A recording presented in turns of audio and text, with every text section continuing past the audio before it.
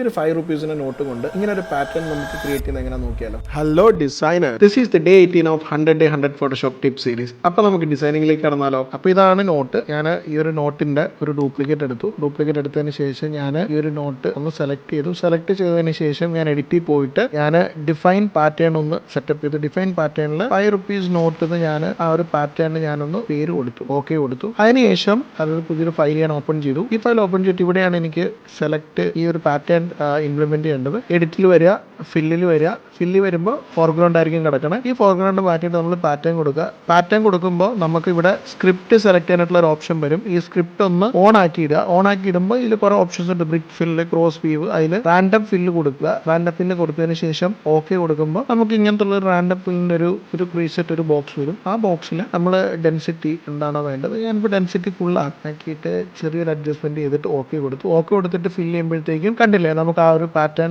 Random ഫില്ലായിട്ട് നമുക്ക് define ചെയ്ത് വന്നിട്ടുണ്ട്. അപ്പോൾ ഈ ഒരു വീഡിയോ നിങ്ങൾക്ക് ഇഷ്ടപ്പെട്ടെന്ന് വിചാരിക്കുന്നു. ഇഷ്ടപ്പെട്ടുണ്ടെങ്കിൽ നമ്മുടെ പേജ് ഫോളോ ചെയ്യാനായിട്ട് മറക്കരുത്. അപ്പോൾ നമുക്ക് അടുത്ത വീഡിയോയിൽ കാണാം.